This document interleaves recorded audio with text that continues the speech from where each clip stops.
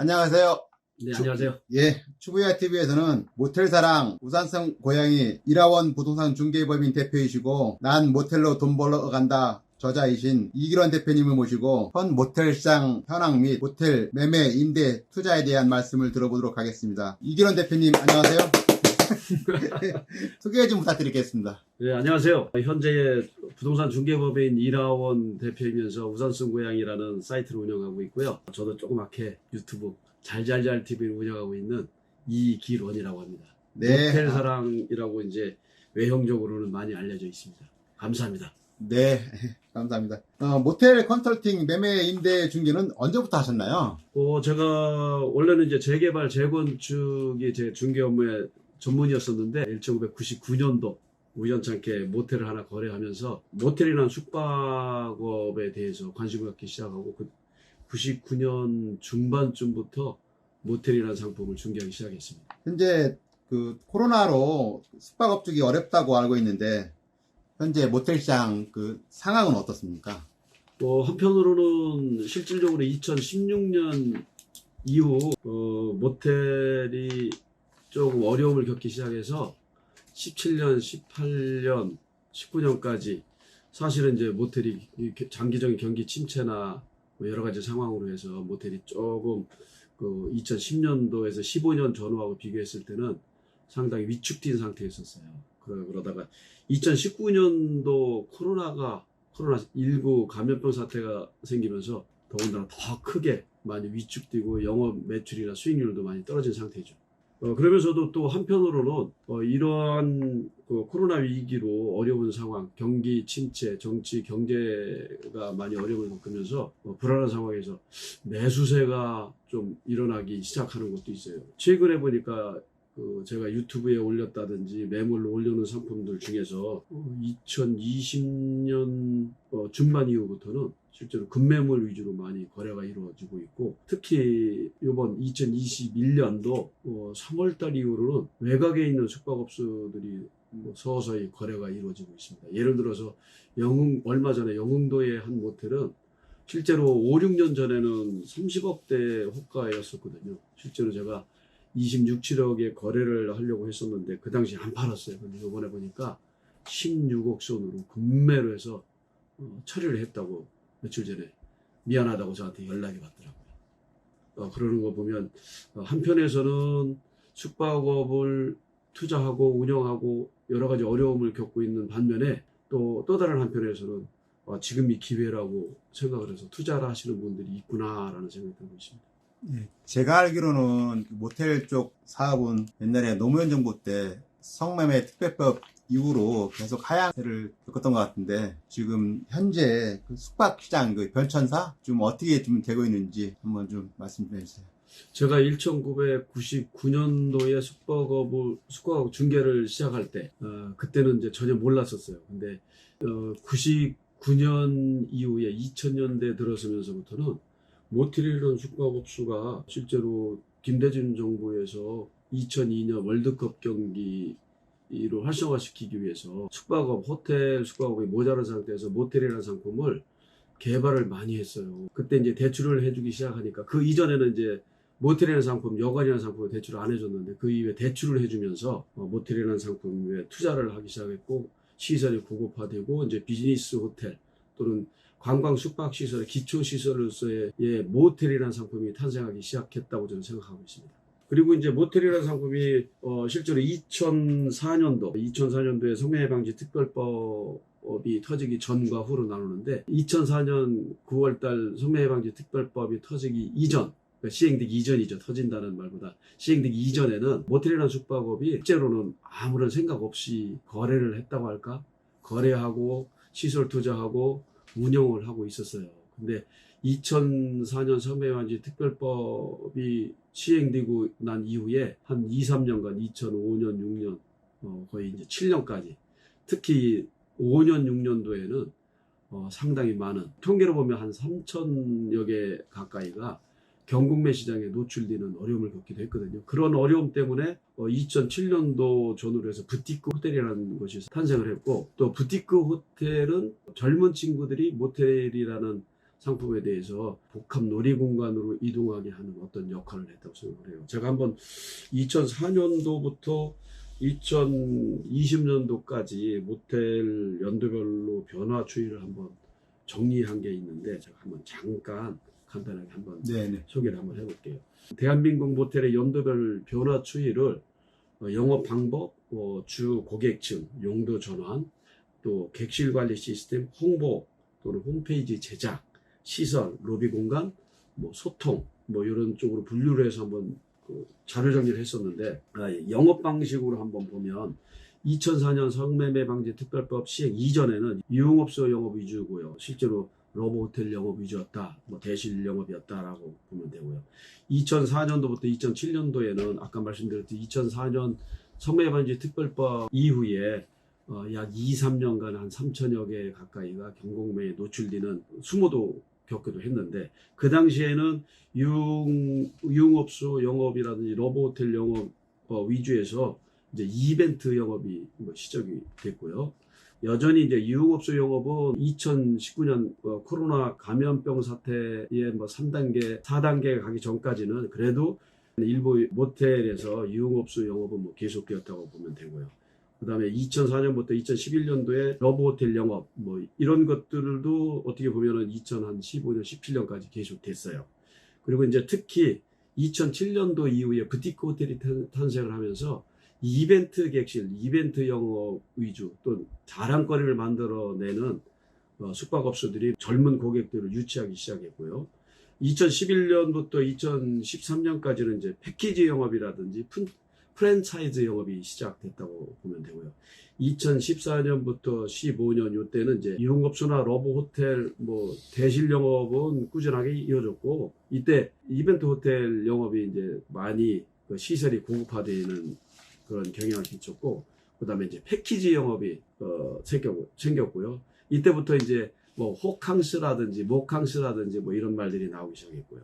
또 시간제 영업이 이제 시작이 됐어요. 예를 들어서 대실을 2-3시간 주는 거에서 5시간, 8시간을 주는 그런 영업.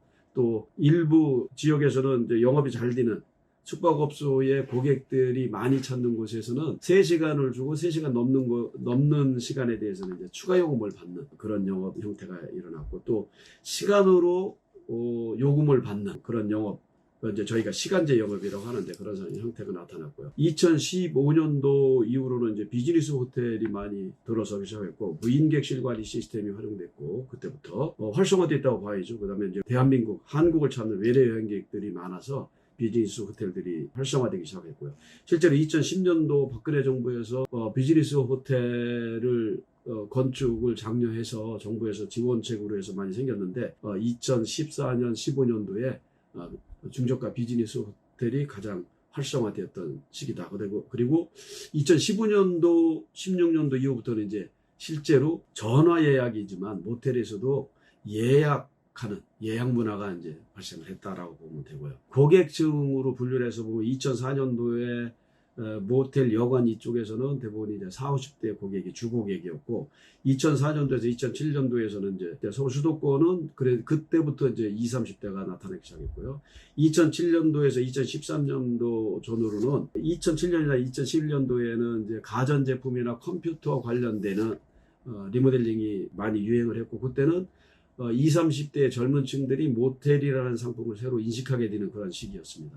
2011년도 이후로는 이제 외래 여행객들을 주로 받고, 2014년, 15년도 전후로 해서는 가족이나 직장 출장객들도 이제 모텔을 이용하기 시작했다라고 보시면 되고요. 그리고 2015년도 이후로는 여행사를 통한 그 관광객들이 모텔을 이용하고, 이제 대형 50실 이상 되는 모텔에서 이제 비즈니스 호텔을 흉내내는 그런 상품들이 나타나기 시작했고요. 그 다음에 용도 전환 측면에서 보면 2004년도 성매매 방지 특별법이 시행되고 나서 모텔이라는, 외곽에 있는 모텔이라는 상품들이 장례식장이라든지 기도원이라든지 또는 도심에서는 오피스텔이라든지 상업용 건물이라든지 주상복합 건물로 용도 전환되는 사례가 많았고요. 특히 요번에 2019년 감염병 사태 이후에 그런 현상, 또 모텔이라는 상품이 도심 속에서는 주상복합, 소형주택, 도시형 생활주택이나 오피스텔로 용도 전환하는 사례가 굉장히 많아졌어요. 또 그런 사례는 2011년도 전후에서도 도시형 생활주택 또 관광 호텔 신축 붐이 생기면서 그때는 또 2011년 전후로는 비즈니스 호텔 신축이 많이 장려되면서 생활형 숙박업소로 해서 이제 호텔 객실을 분양하는 그런 상품들이 이제 2011년 전후로 나타나기 시작했다. 그런 상품, 분양형 호텔에 대한 그 부작용은 2015년, 16년도 지나면서 조금 나아지는 듯 했지만 이제 2017년 이후에 호텔 숙박업이 관광 산업이 많이 위축되면서 객실을 분양받은 수분양자들이 많이 이제 마음고생을 하는 그런 상황이 발생을 했죠. 그리고 이제 2020년 전후로는 생활형 숙박업소가 전입신고를 할 수 없게 이렇게 만들면서 생활형 숙박업소에 대한 인기가 조금 시들해지고 있습니다. 다시 또 객실관리 시스템에서 보면 2004년도를 기준해서 일반 객실관리 시스템, 어떻게 보면 객실관리 시스템에서 객실에 드나드는 걸로만 초점을 맞췄는데 2004년도 이후에는 실제로 이제 청소를 한다든지 그 객실에서 숙박을 한다든지 대시를 하는 거에 대해서 체크를 할 수 있는 그런 상품들이 나왔고요. 그 다음에 2010년도 전후에서는 숙박 앱이라는 것이 이제 외부에 노출되기 시작하면서 시설 고급화가 일어나서 이제 통제 제어 시스템, 객실을 제어하는 시스템이 객실 관리 시스템에 이제 도입이 되었고, 또 프론트에서 객실 전체 전자기기를 또는 냉난방을 제어할 수 있는 시스템이 2007, 8년도 전후에 나타나기 시작했다. 객실 관리 시스템이 IT의 경쟁력이 이제 어떻게 보면 모텔에 대한 경쟁력이 되었다. 영업 경쟁력이 되었다라고 보면 되고요. 2010년도 전후에 무인텔이 2007년, 8년도에 실제로 무인텔이 등장을 했지만 실제로 굉장히 활성화된 것도 2010년도 전후에서 광주 지역을 위주로 해서 무인 객실 관리 시스템이 많이 활성화되었다라고 이제 보면 되고요. 최근에 코로나 사태 이후로는 언택트에 대한 그 사비 패턴 변화로 해서 무인 객실 관리 시스템에 대한 발달이 더 가속화되고 있다라고 보고, 홍보 쪽 측면에서 보면 2004년 전후에는 모텔에서 홍보라는 말은 거의 없었다라고 보면, 홍보는 뭐냐면요, 그냥 가서 같이 유흥업소나 이런 데 가서 지배인이나 그쪽에 일하시는 관계자하고 술 한잔 마시는 게 홍보였다라고 보시면 되고요. 2004년도 이후에 성매방지 특별법이 터지면서 숙박업소에 대한 무방비 상태로 운영을 하시던 분, 운영 전략이라든지 영업 전략이라든지 이런 그런 측면에서는 그 모텔이나 여관이라는 숙박업소에서 전혀 홍보라는 거에서 고려하지는 않았는데 2004년도에 성매방지 특별법이 시행되면서 어떻게 보면 모텔이라는 모텔 산업 측면 또는 숙박 산업 쪽에서 보면 획기적인 발전을 이루는 태동의 시기가 되었다라고 이렇게 보시면 될 것 같고요. 또 홍보가 시작이 되면서 어떻게 보면 이제 모텔에서도 홈페이지를 제작하는, 모텔에서도 이제 펜션과 비슷하게 홈페이지를 제작하는 그런 상황이 발생을 했고요. 특히 이제 2015년도 이후에 10년도 전후로 해서 숙박 앱이 모텔 홍보에 도움을 주고 있는 상황에서 2015년도 전후로는 숙박 앱을 통하지 않으면 모텔 영업의 매출이 이제 달라지는 그러한 숙박 앱에 어떻게 보면 2010년도에서 14년도까지는 숙박 앱이라는 개념이 없었지만 숙박 관련된 홍보 업체와 상생의 시기였다면 2015년 이후로는 숙박 앱에 종속되는 시기다. 지금은 이제 의존하는 시기가 되어버렸다라고 보면 되고요. 홈페이지 제작도 2004년 이후에는 홈페이지 제작에 대한 기본 개념이 없었고요. 2007, 8년도 이후에 저한테 컨설팅을 한다든지 제가 숙박업 운영에 관련돼서 도움을 주는 걸로 해서 무조건 이제 홈페이지를 제작을 하게 했다든지 블로그를 활용하게 했다든지 카페를 활용하게 했다든지 인터넷이라는 상품을 적극적으로 활용하게 이렇게 저희가 도움을 드렸고요. 2011년 이후로는 이제 웬만한 신축이라든지 리모델링하는 모텔에서도 펜션이나 중대형 호텔, 비즈니스 호텔처럼 모텔에서도 홈페이지 제작이 일반화되었다라고 보시면 되고요. 특히 2015년도 이후에는 모텔이라는 상품에서도 홈페이지는 물론 블로그도 하지만 이제 SNS를 이용한다든지 어플을 제작하기 시작했다라고 보시면 됩니다. 다시 또 한번 그 시설 측면에서 보면 2004년 성매방지 특별법 이전에는 도배 장판을 교체하는 것으로 해서 시설을 수리했다, 시설을 뭐 리모델링을 했다라고 이제 외부에 자랑을 했었는데 2004년 성매매방지 특별법 이후에 2, 3년간 고생하고 나서부터는 이제 고민을 하기 시작했다. 가전제품, 예를 들어서 TV나 PC, 영화 시스템에 대한 설치가 영업의 경쟁력이 되었다. 그 다음에 2007년에서 2011년도에는 욕실을 강화하고 객실 내 조경, 영화 시스템, 뭐 객실 내에 PC방, 뭐 영화관을 설치하는 이런 상황이 발생을 했고요. 그때 이제 그 모텔이라는 상품에서 복합 놀이 공간이라는 새로운 용어가 나타나기 시작했습니다. 그리고 2011년도 이후로는 이제 객실 내에 여러 가지 시설 고급화가 이루어지면서 처음에 리모델링 할 때부터 또는 시설을 신축할 때부터 모텔 객실 공간을 연출할 때 놀이터 공간, 복합 체험할 수 있는 공간을 만들기 시작했다. 그리고 2014년 이후부터는 어떻게 보면 이제 젊은 친구들이 모텔이라는 숙박업소에 적극적으로 예약을 하고 찾아오는 그런 상황이 되다 보니까 숙박 앱이 본격적으로 이제 태동하고 활성화되기 시작한 시기다라고 이제 보시면 되고요. 2015년도 이후부터는 실제로 체험할 수 있는 공간, 우리가 객실에 들어가면 어떻게 보면은 놀고 즐기고 함께 어울릴 수 있는 소통 공간을 만들고 설치물도 단순히 보기 위한 설치물에서 우리가 함께 만지고 느끼고 즐길 수 있는 그런 설치물들 위주로 해서 이제 연출을 해나갔다라고 보시면 되고요. 로비 공간으로 보면 2004년도 성매매방지 특별법 이전에 로비 공간은 어두운 공간이었고 막힌 공간이었고 사실 손으로 인사하는 지금도 그런 그 공간이 있긴 하지만 로비 공간이라는 것은 단순하게 요금을 그냥 지불하는 공간이었었어요. 그것도 얼굴 대면 없이. 근데 이제 성매매방지 특별법 이후 2007년도 이후에 부티크 호텔이 탄생을 하면서 로비 공간이 밝아지기 시작했다라고 보시면 되고요. 또 좁은 공간이지만 밝아지기 시작한 것이 2007년도까지라면 2007년도 이후에는 로비 공간에서 이제 먹거리를 제공할 수 있고 또는 로비 공간에서 사실 이제 모텔이라는 상품이 젊은 친구들이 많이 오다 보니까 번호표를 주고 대기할 수 있는 휴게 공간까지 발생하는 휴게 공간까지도 우리가 이제 모텔의 숙박업소에서 그 공간을 마련해야 될 만큼 2007년도부터 2014년도까지는 모텔이라는 상품이 투자 불패 상품으로 붐을 이루었다라고 보시면 되고요. 2015년도 이후로는 모텔이라는 숙박 상품이 어떻게 보면 이제 분리가 많이 됐어요. 펜션 상품, 게스트하우스라든지 농어촌 민박업이라든지 또는 찜질방이라든지 유사 숙박업소로 해서 어떻게 보면 2010년도 전후로 해서는 숙박업 장르가 모텔이라는 상품에 대한 장르가 별도로 이제 새롭게 고객들에게 숙박 수요자에게 인식되는 시기가 되었다. 그래서 한편으로는 50실 이상이나 외곽에 있는 인천공항 가까운 데 있는 또는 인천공항과 외곽으로 많이 그 교통 여건이 좋은 데는 외래 관광객, 중국 요커를 받는다든지 해서 중저가 비즈니스 호텔이 탄생하기 전까지는 객실이 많은 중대형 모텔들이 중저가 비즈니스 호텔을 대신했다.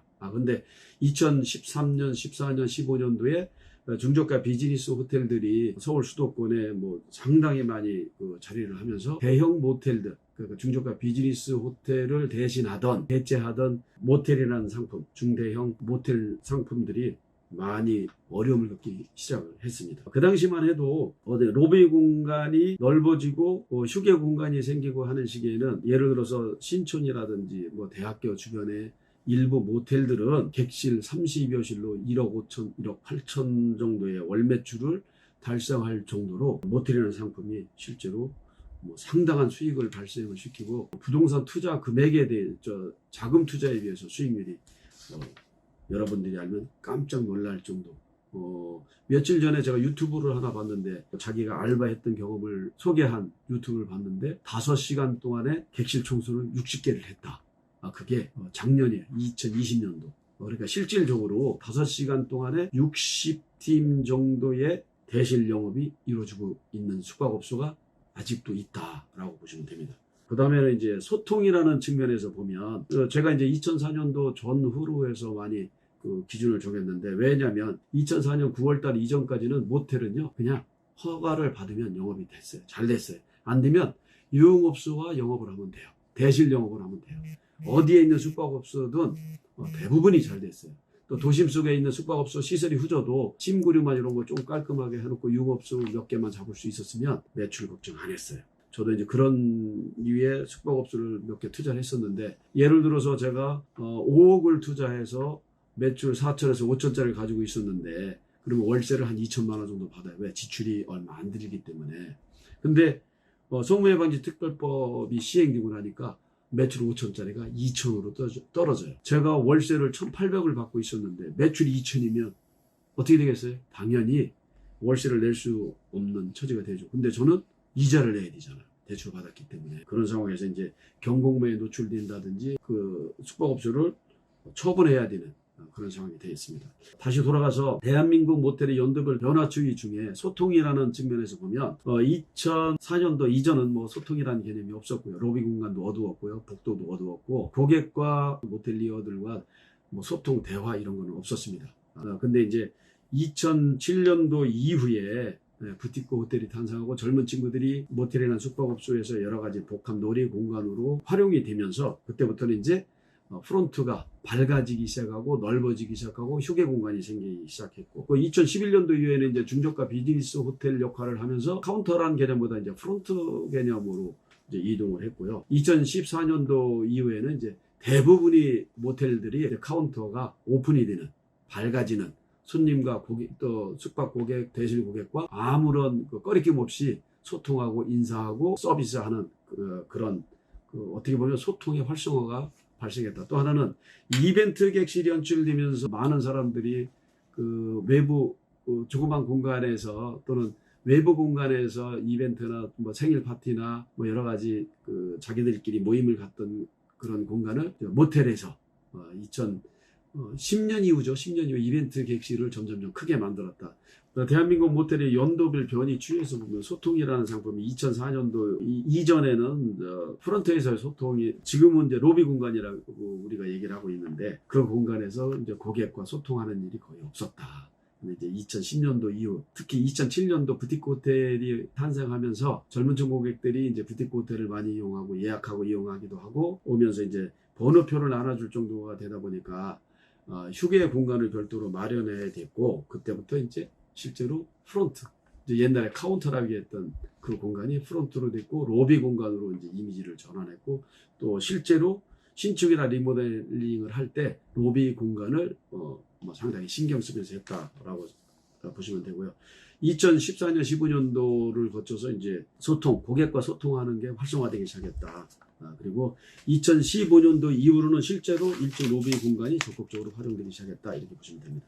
다시 한번 대한민국 모텔의 연도별 변화 추이를 제가 한번 정리해 드리면, 제가 영업 방식에 대해서 한번 말씀드렸고, 주 고객 측이 어떻게 변했냐, 또 용도 전환은 어떻게 됐느냐, 객실 관리 시스템은 어떻게 발전되어 왔느냐, 홍보는 어떻게 해왔느냐, 홈페이지 제작을 했느냐 안 했느냐, 블로그를 활용했느냐 안 했느냐, SNS를 활용하느냐 안 하느냐, 시설은 어떻게 고급화되고 있었느냐, 로비 공간이 어떻게 발전되어 왔느냐, 그 다음에 소통, 모텔이라는 상품에서 소통은 어떻게 되어 있느냐, 그리고 옥상, 루프탑이라는 상품이 모텔에서 현재 영업력에 어느 정도 활성화에 도움을 주고 있느냐, 경쟁력이 되느냐 안 되냐를 가지고 2020년을 전후로 해서 저희가 간단하게 한번 연도별 변화 추이를 한번 마련해 봤습니다.